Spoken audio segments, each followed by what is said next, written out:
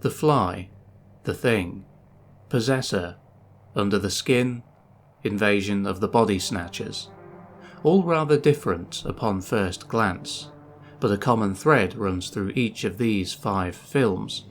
It's true that they all belong firmly within the science fiction genre. They could all be categorized as horror films too, but the common link shared by each of these movies is that they all deal heavily with one specific theme, the theme of identity, and more specifically, the loss of identity and attacks on identity. These attacks come from many different places.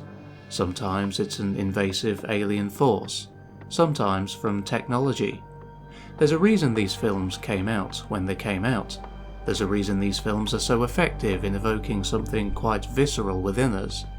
There's a reason they exist and could only exist as films that resonate with people so deeply and profoundly in this specific time and this specific place. Each of these films emerged during a period of history that we are now living through called late modernity.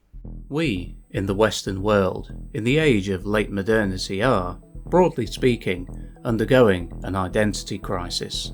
Who are we? What are we? What do we stand for in a post-Christianity age? If you ask 50 people, you'll likely get 50 different answers. This wasn't always the case though, or at least not to the extreme extent that it is today. In past ages, if you approached a person at random and asked them what they were, they would most likely give you a concrete answer immediately, one that would closely align with the answers given by others in their locale. They would be easily defined by the clan they belonged to, or their tribe. They might, depending on which point in history you were visiting, define themselves by their nation or territory. It might be by the family line they were born into. It might be their religion, or a combination of these things. They had solid foundations upon which to base their existence and their identity. I'm not saying the past was all rainbows and unicorns, of course, but it seems that the people in this part of the world, throughout all of time, knew who they were, what they were, and what they believed. Can the same be said today? These things seem to be much murkier than they once were. If asked the same questions today, some people would have to stop and really think before they answer. Some may be uncomfortable or even afraid to give the correct answer. People are feeling this crisis, even if they cannot always name or articulate it. Many are left to assemble their own meaning from the bits and pieces left over from previous ages. Some define themselves by their careers, others through consumerism or brand loyalty. Some turn to politics, seeking a stand-in messiah to guide them. Some become utterly obsessed with certain media products, enjoying the stories told within in the same way that they would enjoy their own people's mythologies in times gone by. Then there are those poor souls who simply cannot find any meaning at all, succumbing to depression, illicit substance use, endless doom scrolling, and reckless behaviours as a way to fill the black, yawning void. I am, of course, speaking in broad terms. What I'm saying doesn't apply to absolutely everyone. There are still those who can confidently tell you who and what they are, and know where they belong. In general, I'm referring to the Western world as an entity, and not strictly to the individuals who live within it. But the direction this entity takes affects us all. It trickles down to the individual and informs his or her thinking on a great many things, and a cultural zeitgeist is formed. This can work well when there is strong and competent leadership. But has this really been the case over the past century or so? If those steering the ship can't give a confident answer when asked where we're going or what we're all about, then what does this do to the collective psyche of those they're meant to be leading? Weak leadership inspires little confidence. Little confidence in oneself leads to an identity crisis. And it is precisely this crisis, this sense of unease and anxiety produced by it, that has spawned the films I mentioned before, among others. These films could only exist and resonate with people in a time of profound, widespread indecisiveness about who or what we actually are. David Cronenberg's The Fly is often read as a metaphor for disease, cancer, or addiction, but I see it rather differently. For me, it's a film that represents the fear of aging, the midlife crisis, and the catastrophic cost of chasing youth in the modern age. Allow me to explain. The angle on identity that The Fly takes is a largely physical one. The main character, Seth Brundle, is a brilliant scientist who has invented a way to teleport objects from one place to another using his so-called telepods. Things go awry, however, when in a state of emotional drunkenness, he decides to test the telepods using himself as the subject. This hadn't worked properly in the past when using baboons as test subjects, and his recklessness with regards to his own personal safety would end up costing him dearly when a fly enters the telepod with him, causing a fusion of their genetic profiles. The baboons are a stand-in for the chimpanzees normally used in animal testing for cosmetics. The dirty, poorly maintained building Brundle was living and conducting his experiments in is symbolic of a devil-may-care attitude towards life in general. Reckless behaviour, getting severely drunk as a habit, not taking proper precautions, not thinking through the consequences of your actions. All of these things, basically not taking good care of oneself, all contribute to premature aging. After years of engaging in habits that prematurely age a person, many turn to technologies to help with what is, in their view, a less than ideal appearance. Hair transplants, Botox, plastic surgeries, and the like. The telepod technology in The Fly acts as a metaphor for these technologies, or really any technology or procedure that is potentially dangerous to the human body. The result of a lot of these attempts at rejuvenation is that they end up making the person look far worse than they would have they just allowed themselves to grow old gracefully. The concept of the midlife crisis is a very modern one. It wasn't really a thing until the late 20th century, and here we find ourselves circling back to late modernity. While Brundle, after going through the telepod, or procedure, for the first time briefly experiences a temporary boost in his vigour and energy, something commonly felt by those who have undergone cosmetic surgery, it soon becomes apparent that this boost is a fleeting one. The illusion soon starts to deteriorate, and that's when the true existential decay takes hold. Having gone through the process, which did not go to plan, or was botched if you like, he slowly begins to look more and more grotesque. This could have all been avoided if he had just taken some care and thought things through properly early on, instead of letting his ego get the better of him. The Fly works in this way because youthfulness is what is coveted in the modern age. Throughout history, old age brought respect. Village elders were looked up to above all others as dispensers of sage advice and wisdom. Living for a long time basically meant you were doing something right. You were stronger, smarter, healthier. But in the modern age, it is youth that people desire the most, a complete inversion of what came before. And while those who engage in plastic surgeries to help with an aging appearance never end up looking quite as horrific as Seth Brundle eventually did, I think the story of The Fly acts as an allegory for the irresponsible use of cosmetic technology and the catastrophic effect it can have on one's appearance. The telepod becomes a dark mirror of modern rejuvenation technology.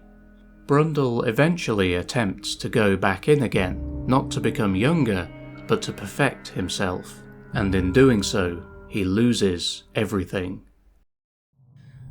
While David Cronenberg approached the concept of identity erosion in The Fly in one way, his son, Brandon Cronenberg, takes a very different tact in his 2020 film Possessor.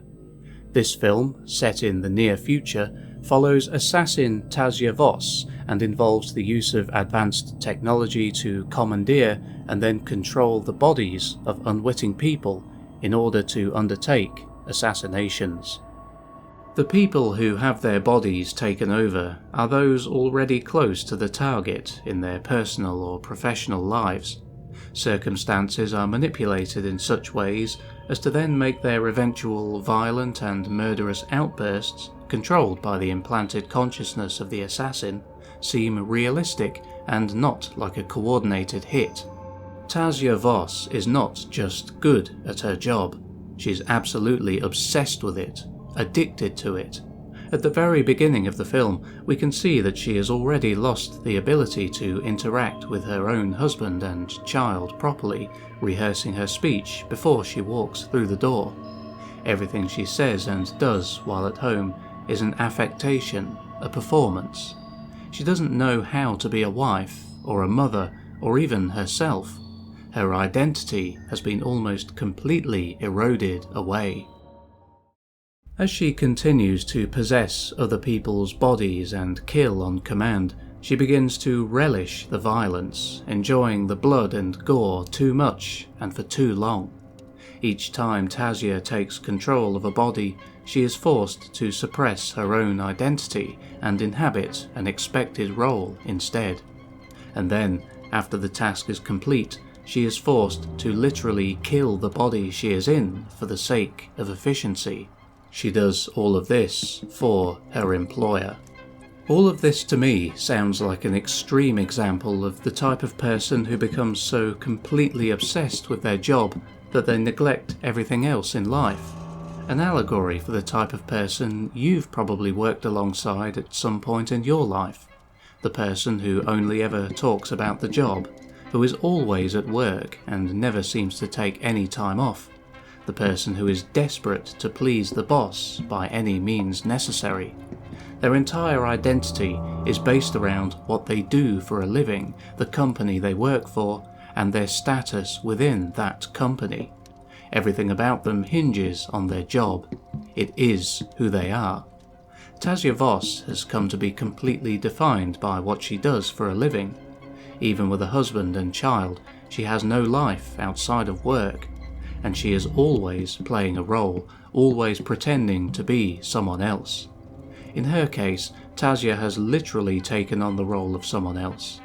This is true of working life, where you must pretend to be someone else, a very different version of yourself, and conform completely to the expectations of your workplace, or face the consequences. Wear what you're told to wear, turn up when you're told to turn up, leave when you're allowed to leave, do what you're told to do. We're encouraged by the modern world to measure ourselves by our productivity, but Possessor, in an extreme way, shows us what happens when the job becomes you and you become the job. The line becomes blurred to the point that eventually all that's left of you is a husk, a shadow whose only purpose in life is to make the line on the company's graph go up. That is until you're discarded at the first sign of financial trouble, a sick joke that modernity likes to play on us again and again. The Thing is often remembered for its extreme gore and its horrific transformations of its human and animal characters. But beneath the surface, there's something else. Much of the horror in this film comes from not knowing if the person standing next to you really is who they say they are. This makes me think of the countless interactions we have each day. And not just with strangers. Our own friends, family and work colleagues may have something inside of them, a secret or a story that would fundamentally change the way you saw them if you ever found out about it. We each have slightly, or perhaps drastically, different personas based on where we find ourselves at any given time. We have a mask we wear at work, one we wear in public, one for online, one for family, one for friends, and so forth. Somebody might be a loving mother or father at home and an absolute tyrant in the workplace. Some might be the nicest, most helpful individual you'd ever meet in public, and an abuser behind closed doors. Every interaction tests the constructed identity. This can either reinforce or chip away at a person's idea of self. Many people build up an identity and define themselves by it, not even knowing that it's entirely false. They fool themselves into thinking they're something else entirely, in much the same way that the characters in The Thing, once they've been assimilated, genuinely believe they are the person who has fallen prey to the invasive alien force. Everything they do is entirely performative, and they have no idea. The people around them have no idea. Performance often comes to replace authenticity, and nobody can tell the difference. If there's any film that perfectly encapsulates just how odd human beings can be as a species, I would say it's 2013's Under the Skin. This might be the most effective portrayal of an outsider looking in I've ever seen. As an observation of the human condition, it makes everything we do, our habits, our rituals, even our pleasures, look really strange and nonsensical. This film follows an extraterrestrial, played by Scarlett Johansson, who has come to Earth and spends her time prowling the streets in a van, looking for men to seduce and lure into her grasp. It's never made clear if this is done for sustenance or for some other reason.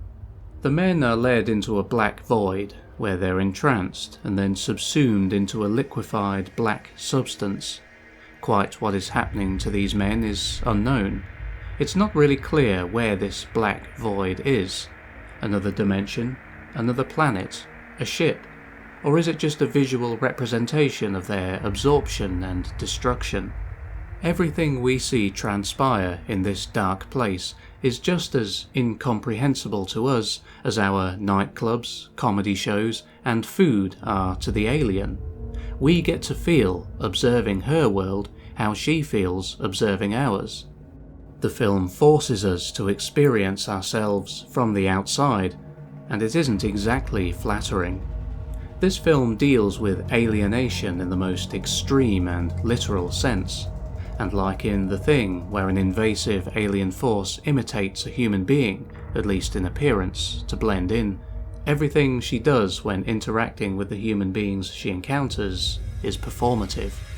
She seems to have learned how to portray herself as a human being, visiting a shopping centre to buy clothes and lipstick to enhance her appearance. She manages to be reasonably convincing in this regard. But the portrayal of an alien roaming the streets at night, seeking a connection with someone else, albeit in a malevolent way in this case, is a commentary on the inability of many to relate to the people around them in the modern world, and the general inaccessibility of people as a whole, if you're an outsider. You can behave a certain way, you can go through the motions, but you'll never quite fit in, even if you manage to convince some that you do. Invasion of the Body Snatchers is generally looked at as a commentary on the loss of individual identity through collectivism, and it's hard to disagree with this viewpoint. Many of us share the fear that we are being whittled down into forms more acceptable to the modern world. We must be made to conform at any cost. In this film, an invasive alien force is snatching people, but it doesn't become them or absorb them, as is the case with The Thing or Under the Skin. Instead, this one drains the emotion and free will from a person, turning them into just another mindless drone, a part of the hive mind. They are still, however, the same person physically. Everyone starts to think, talk, and act the same. Anyone who isn't assimilated into the hive mind is quickly pointed out with a blood-curdling scream. The parallels to real life here are quite obvious. If someone goes against the status quo, the accepted establishment narrative, they can expect dire consequences. The fear with Body Snatchers is not that the so-called pod people are vastly different to people in the real world, but that they're actually very, very similar. I find it interesting how the transformation happens to a person when they're asleep. This happens when a person is literally asleep in this film, but anyone who has seen The Matrix knows the concept of people being asleep as in not ready to learn the truth. This acts as a metaphor for the passive consumption of media, which causes many to adopt lifestyles and opinions that are not truly theirs. If you're not awake to how things truly are, you'll quickly be sucked into believing a slew of lies, half-truths, and a general orthodoxy that may not be quite as benevolent as it seems. You'll be joining the hive mind, and your own identity will become corrupted. Would a story like The Thing ever become popular in the time of Shakespeare? Would a story like Possessor be given much notice in the time of George Washington? I doubt it. The surface level argument against this would perhaps be along the lines of, well, they couldn't imagine it back then, so it wouldn't have come about anyway. To this, I say that much of what is found in the texts and stories imagined by the ancient Greeks, for example, would give any modern screenwriter a run for his money. Human beings have always been incredibly imaginative. The real reason these types of stories never emerged in ancient or medieval times is because there was simply no need for them. The conditions weren't right, but they are now. Thank you for watching. If you enjoyed this video, then please hit the like button and the subscribe button and the bell icon to be notified of future uploads. I release a new video every Friday and do a live stream every Monday. I also have a Patreon, which has recently undergone a revamp, so if you want to support me directly, that's the way to do it. The link is in the description. This has been the Bewarecast, and I'll catch you next time. Take care.